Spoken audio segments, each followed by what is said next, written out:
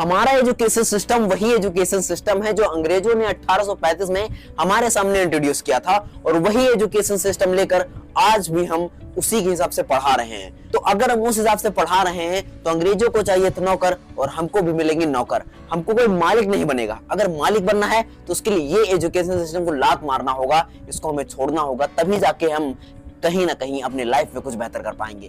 तो आज की वीडियो में हम आपको बताने वाले हैं कि ब्रिटिश एजुकेशन सिस्टम कैसा था और उससे निकलने के लिए कौन कौन से ऐसे पॉइंट्स हैं जो मैं आपको देने वाला हूं, और उन पर लगातार मैं एक एक करके वीडियोस लाऊंगा जो कि आपको बहुत अच्छे तरीके से समझ में आएंगे। तो 1835 में जब विलियम बेंटिंग गवर्नर जनरल थे भारत के, तो उस समय लॉर्ड मैकाले ने नई एजुकेशन पॉलिसी सबके समक्ष प्रस्तुत की।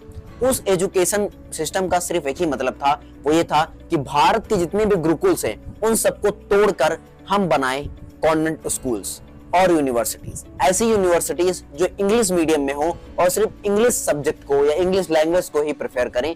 तो हमारी जो प्राइमरी सब्जेक्ट बनाई गई वो थी इंग्लिश। अगर कोई बच्चा इंग्लिश में पढ़ेगा तो वो बहुत अच्छा माना जाएगा। अगर किसी को इंग्लिश नहीं आती है तो वो बिल्कुल निहायती गंवार है।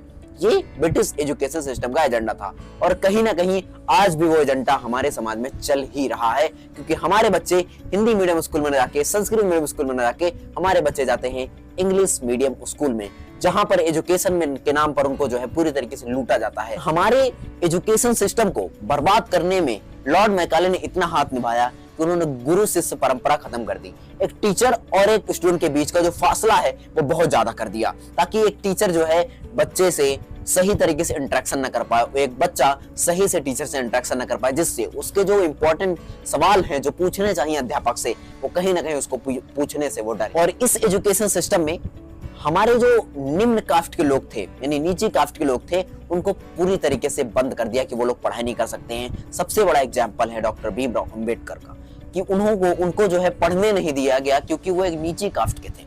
ये जातिवाद बहुत ही खराब चीज है। कहते हैं ना कि जाति जो है वो जाति नहीं, कभी किसी व्यक्ति की अगर कोई जाति है तो कभी जा नहीं सकती है। जाति ऐसी चीज है। तो समाज में जाति के नाम पर लड़ाइयां होती हैं, दंगे होते हैं, धर्म के नाम पर लड़ाइयां होती, दंगे होती हैं, तो कि हमारे समाज के लिए कहीं ना कहीं सही नहीं है। एजुकेशन सिस्टम का एक ही उद्देश्य था, वो था भारतीयों को तुच्छ प्रस्तुत करना हम लोगों के सामने, पूरी समस्त दुनिया के समस्त भारतीयों को एकदम नीचा प्रस्तुत करना कि उनको कुछ नहीं आता, वो गंवार हैं, और हम उनको सभ्य करने के लिए नई एजुकेशन सिस्टम ला रहे हैं, उनको पढ़ा रहे हैं कि कैसे वो सभ्य हो सकते हैं। हमारे एजुकेशन सिस्टम में 20 मिस्टेक्स हैं जो कि मैंने खुद ढूंढी हैं, एक एक बैठकर आराम से मैंने लिखा है ये पोथी पत्रा, तो उसको मैं आपको बताने वाला हूँ। तो पहला जो पॉइंट है वो है स्कूल की सबसे बड़ी गलती है कि जो एजुकेशन सिस्टम है वो कहीं सुधर नहीं सकता है। दूसरी है वो टीचर्स। हमारे एजुकेशन सिस्टम में एजुकेटेड या फिर वेल क्वालिफाइड टीचर नहीं है जो सही मानने में बच्चों को सही शिक्षा दें।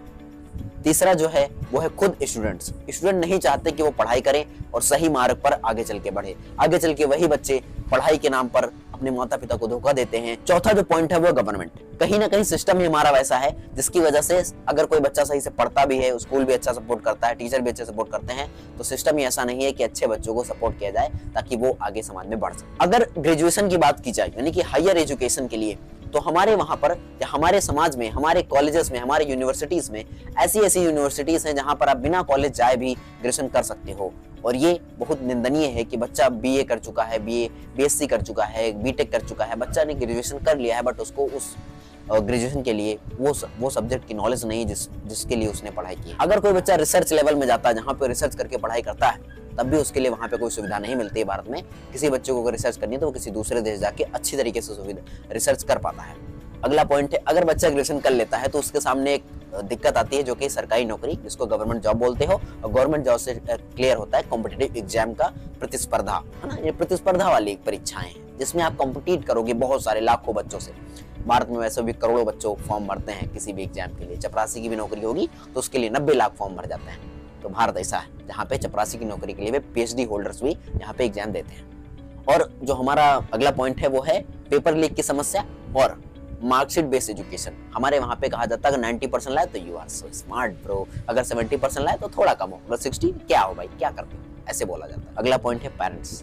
हमारे पेरेंट्स भी ऐसे हैं जो बच्चों को सपोर्ट नहीं करते हैं। पेरेंट्स को भी कुछ चीज़ समझनी चाहिए। मैं जब इसके ऊपर डिस्क्रिप्टिव वीडियो लाऊंगा तो आपको बहुत अच्छे से। कोचिंग क्लासेस, उसके बाद है स्पोर्ट। हमारे एजुकेशन सिस्टम में स्पोर्ट की क्लासेस मैथ वाले सर बंक मार ले जाते हैं। मैथ वाले सर आएंगे, मैम से बोलेंगे या फिर सर मैम से बोलेंगे कि सर पीरियड चाहिए स्पोर्ट वाला, हाँ ले जाइए स्पोर्ट के क्या है, वो तो होता रहता है। पॉइंट है स्किल्स। स्किल्स के नाम पे हमको क्या सिखाई जाती है? कुछ नहीं भाई, स्किल्स के पैसे पड़ते हैं लेकिन सिखाया कुछ नहीं जाता। अगला पॉइंट है कंप्यूटर। कंप्यूटर हमारे एजुकेशन सिस्टम में वैसे गायब है जैसे कि क्या बताऊं, समझ में नहीं आ रहा, मतलब है ही नहीं, कंप्यूटर सिखाया नहीं गया आज तक।